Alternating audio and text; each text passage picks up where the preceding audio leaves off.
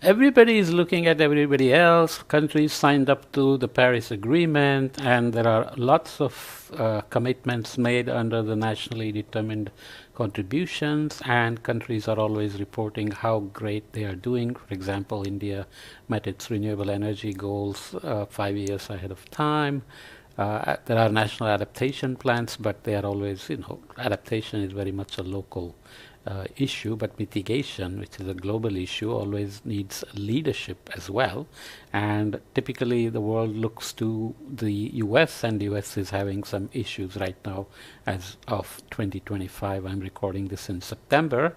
And you think the EU, which talks so much about climate action and doing things that are really great for the planet, that are beyond their own mandates. Is it really taking over the leadership if the US reneges on its commitments? Well, unfortunately, it turns out that EU is not only not leading, but also maybe backtracking on its climate commitments. And Sweden represents the real showpiece of how bad things are getting. So let's read this very nice article from Inside Climate News. It starts with this prop on wind energy. Wind power makes up 18 to 20% of Sweden's electricity, but many projects are now stopped by municipal or military vetoes. Municipal or military vetoes. Doesn't that sound like the US? And the government subsidies have also decreased. We'll see in a minute. Sorry, I have to take this call. I have some. Oops.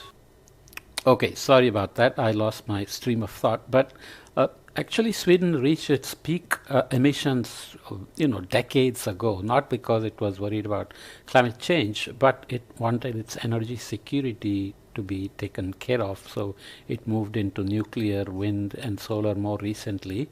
So it's funny how things can work, but it doesn't matter why you end up with renewable energies, whether it's for climate or not. But then climate action still needs additional considerations like reducing deforestation and logging and so on and so forth. So it's a kind of an interesting story as to how Sweden has taken a very different path from where it seemed to be going, and things are right now looking rather bleak, let's say. Okay, so here the title for Inside Climate News, it's under Justice and Health, so you can imagine how they are classifying things. But anyway, Sweden, an early climate leader, is retreating from its environmental commitments, part of an EU trend. So it's not just Sweden. Sweden is used here as the main culprit, but EU is basically right behind. As the US abandons international climate agreements, the EU is hesitating to lead.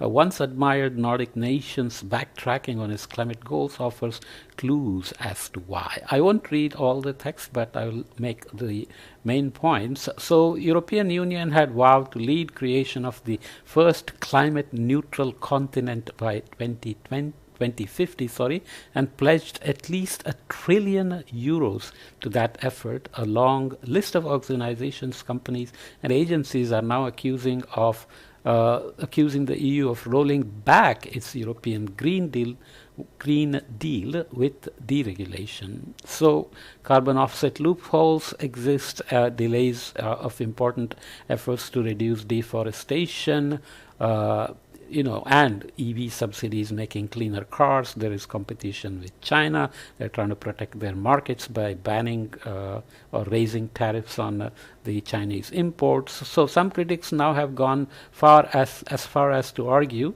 that the 27-nation union, the world's third largest carbon emitter, is now starting to mirror rather than counter the dismantling of climate efforts in the US. That's a serious accusation, right? If everybody is focused on the US and if EU's doing very much similar things, then the developing world, the global south, is in deep trouble, right? So why is it that EU is retreating? It's basically corresponds to what's happening in Sweden. For decades, the small northern country pushed Europe's climate ambitions upward, but today Sweden is falling back from its environmental progress. Fossil fuel emissions went up last year in 2024 by so much that it's the let me read it again. Last year, its fossil fuel emissions saw their biggest increase in 15 years. During that time period, carbon uptake by its vast forests have halved. So there are many issues. In recent months, numerous institutions have criticized Sweden's environmental retreat. Their own researchers are writing, in large numbers. 1,000 people signed on to an op-ed on how bad things are and what should happen. So recent policy shifts have created an uncertain environment for climate action. We deliver climate news to your box. Inside Climate News says, and they are free. So please, contribute, which I do. So OECD, the Organization of Economic Cooperation and Development, projected Sweden would safely hit only one of its 16 environmental targets by 2030. So other than the ozone hole protection, it's going to fail on reducing the climate impacts, sustainable forests, and also it's going to be very short of its climate policies as being insufficient, and there is still political rhetoric going on. There is a move towards the right. So in general in EU, other than Denmark, everybody is failing. That's really sad news. Okay, so there are other predictions here that Sweden had boldly committed to net zero by 2045, but it's pretty clear now that maybe it's not going to reach it if it continues this way. German Climate Change Performance Index put Sweden's climate policy rating at 41st after it was being ranked 4th in 2021. So in 2021 it was 4th, in 2024 it fell to 41st. Okay, so it's Sweden is backtracking from being a front runner in international climate policy, and the German Climate Change Performance or the Sweden's own Environmental Protection Agency is criticizing itself or Sweden's move that the climate policies were insufficient, as I mentioned, and Sweden is obviously not maintaining progressive climate policies anymore. We can say with some confidence that Sweden no longer pushes the European Union to higher ambitions, said Nagme Nasiritusi, a senior research fellow at the Swedish Institute for International Affairs and co-director of the Center for Climate Science and Policy Research at Linköping University. I obviously am decimating the pronunciations, but nonetheless, why is it that it made progress and then suddenly started retreating? You can find the clues in Swedish forests. There are people who are tracking some very massive trees, very special trees. So it's an old woodland in Sweden's southwest Dalsland province. There are conservationists who are amateurs that are examining decomposing tree trunks, hoping to find rare lichens and wood decaying fungus.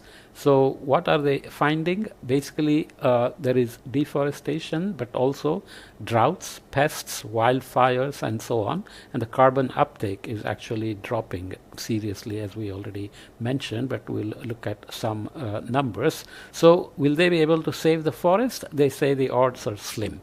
Timber prices have doubled since Russian imports stopped after the invasion of Ukraine, and many landowners are eager to sell wood quickly. So Europe got into considering burning coal again because Putin turned off the gas spigot and they had to worry about winter heating. So they got a lot of gas from Norway and the US.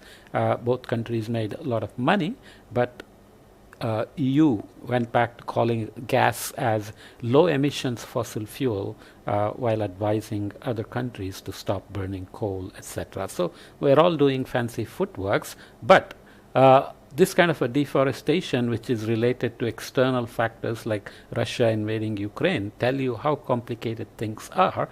And when we make projections and assume all these scenarios, we have to be careful of how quickly things can change, like what's happening in the US and what's happening in the European Union, especially Sweden, which was one of the most progressive countries in the world. to lead climate action and advocate climate action and push EU towards more ambitious climate actions and so on and so forth. Okay, so these are some images of Swedish Society for Nature Conservation, which is planning a route for this local group of amateur conservationists in Dalsland that we mentioned here. If the group finds rare lichens or wood decaying fungi as bioindicators of a particularly valuable woodland, they may have a chance to save this plot, but chances are small.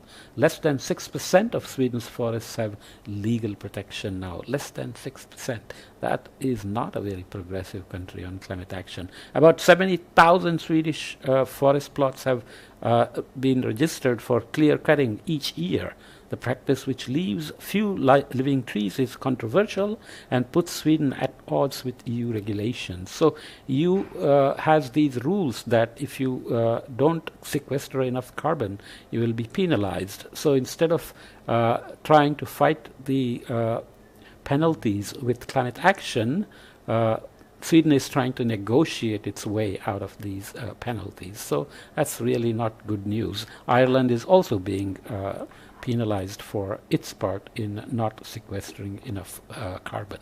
Okay, so you can see some numbers here.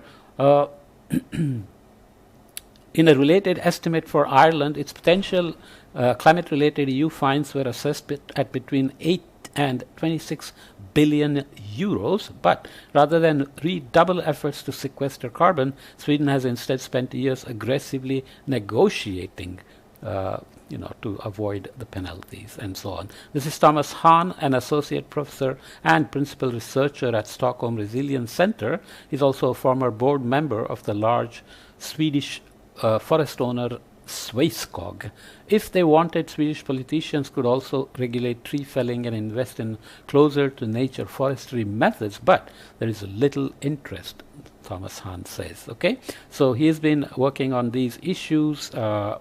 Sweden has lost all its credibility there, Hahn said, noting that recent reforms have eroded Sweden's trustworthiness and ability to prod other nations to do more. The government has quickly undone policy frameworks with an enraging level of negligence and devastating consequences. So when the whole world looks to the US for leadership, and if for political reasons the leadership role is abandoned or neglected, then the world needs some other rich continent or countries to stand up. There are no better candidates than the small, homogeneous, rich countries of Scandinavia or the EU as a whole, but you can see that the situation is in fact the other way. They may be using the lack of US leadership to say, well, nobody is doing anything, so we will also abandon the whole climate action thing. Okay, so early leader on climate, Sweden, it reached its peak emissions very early on. It also held the Stockholm Conference in 1972, which was kind of the start of the entire environmental movement, and UNFCCC and other climate organizations like IPCC. Paris, Kyoto came, Paris came, Kyoto failed, Paris is still underway, it's doing much better because it's democratic and so on. But by 1991, Sweden was taxing carbon emissions, making it one of the first nations to do so. And this is way, way before, it's even before Kyoto Protocol. Environmentalists argued against the nation joining the EU in 1994, fearing that Europe's soft regulations would reduce Swedish ambitions on the environment. Once it was a member, the country became a part of a green sextet of nations that strengthened EU commitments. So being a very, very solid leader, it's taken, now a really wrong turn overall. So Swedish emissions peaked early. I won't go into the details, but if you look at CO2 per capita from 1988 to 2022, the US is here, peaked around 2005 or so. There are other details. Are they exporting coal? Are they burning a lot of gas? So per capita emission is just one thing. If you're importing everything from China, where does the emissions belong, and so on. So there is Germany. Sweden is in this yellowish color. You can see that it basically was already very low and kept going lower over the last decade or so, but now as we saw in 2024, it was the highest emissions in the last 15 years. So some Swedes demanded much more despite Sweden's pledge of 550 million to the Green Climate Fund under the Paris Agreement. So the people seem to be pushing something, pushing for something, but the politicians are doing something else. There may be a disconnect as to what the people want and what the government and the politicians are doing. For many observers, one of Sweden's most important contributions to climate action was showing how economic growth can be decoupled from fossil fuels. Since 1979, its year of peak emissions, 1979, the nation's release of carbon has fallen over 50%, while GDP per person has more than doubled. There are many factors that go into this. As I said, it's a small homogeneous country. It may not have energy independence, but it may have other natural resources like water, let's say, or renewable energy potential and so on, but also it's done well in innovations and technology, and GDP can grow in many ways, right? But since the country's general elections in 2022, Sweden has taken distinct steps away from its environmental legacy. A conservative coalition supported by the far-right Sweden Democrats focused their campaign on cheap fuel and public safety. So there you go. In office, they have prioritized building up the military, being tough on crime, and sharply reducing immigration. Funding for climate action has plummeted. So, they keep saying they are worried about Russia, so military comes from there, but anti-immigrant sentiments are growing everywhere. But Sweden has a rich history of being ahead in the game. So Svante Arrhenius, a Swedish physicist, was among the first in 1896 to warn about the role of carbon dioxide in warming, even though at the time he thought it wouldn't be so bad because winters would be milder and so on. Obviously, at least he noted the role of carbon dioxide in climate change. Greta Thunberg, of course, became famous, a school kid that started, Fridays for Climate or whatever, Fridays for Future movement in 2018, has garnered some controversy by now by getting involved in various issues, but nonetheless she represents Sweden in this climate action image. This is Elisabeth Svantesson, Sweden's finance minister, celebrating the fact that gasoline prices have almost halved in June 2025, and she didn't offer her time for this article. Okay, so the government halted investments in high-speed rail, cancelled subsidies for electric vehicles, stopped its support for undersea cables, leading private companies to stop onshore wind projects, increased taxes on solar electricity, and cut its investments in several green innovation funds, making the funding available to municipalities unpredictable for things like more efficient heating systems and charging infrastructure for electric cars. So you can get the idea that this sounds very much like what's happening in the US, even though Sweden doesn't get any attention because they don't have a politician who is shouting all the time, I suppose. Sweden's government, however, maintains lofty rhetoric. That reminds you of other politicians who are doing the same thing, right? So when you are not doing something, you can also always try to cover it up with rhetorics. Critics argue that credits have, I'll jump that part here, a trend across Europe, which is even more worrisome. It's not just Sweden. Research into the history of Sweden's policy shift by Nasiru Tusi at the Swedish Institute of International Affairs and Linköping University shows that nation's decarbonization effort was originally unrelated to climate. It wanted energy independence, so went for it. So now they are also grown tremendously in wind and biofuels. And this is another prop here. Nagme Nasir Tusi, which we mentioned before, co-director of the Center for Climate Science and Policy Research at Linköping University, researches the history of Sweden's climate policies, and she's not happy, of course. Okay. Today, however, reaching the goals of Paris Agreement requires more profound efforts across more sectors than just energy, including some with elevated social costs such as transportation, forestry, protection, agriculture, and lifestyle-related consumption. The wide-ranging efforts that reaching the UN's climate goals require of the public has provided an opportunity for populist politicians who can tell a simpler story and don't have to explain complex interconnected systems, said Nasri Tusi. So how you sell the climate change problem? You can always say we are having lots of renewable energy and take attention away from all the other negative things like deforestation or lack of public transportation investment, etc. So you have to always carry a portfolio approach to see how you are doing overall on the emissions intensity of GDP and carbon energy intensity of GDP and carbon intensity of energy and so on, and in each sector, right? For Sweden's government, building an even more nuclear power capacity has become that story where you're just distracting. But Sweden is following a European trend, said Rudi Wurzel, professor of comparative European politics at the University of Hull in England. Wurzel developed the concept of an ambitious green sextet of nations driving the EU's climate agenda, but while following ongoing negotiations and statements, he saw 5 of these countries, Sweden, the Netherlands, Germany, Finland, and Austria, all appear to reduce their once bold climate policies.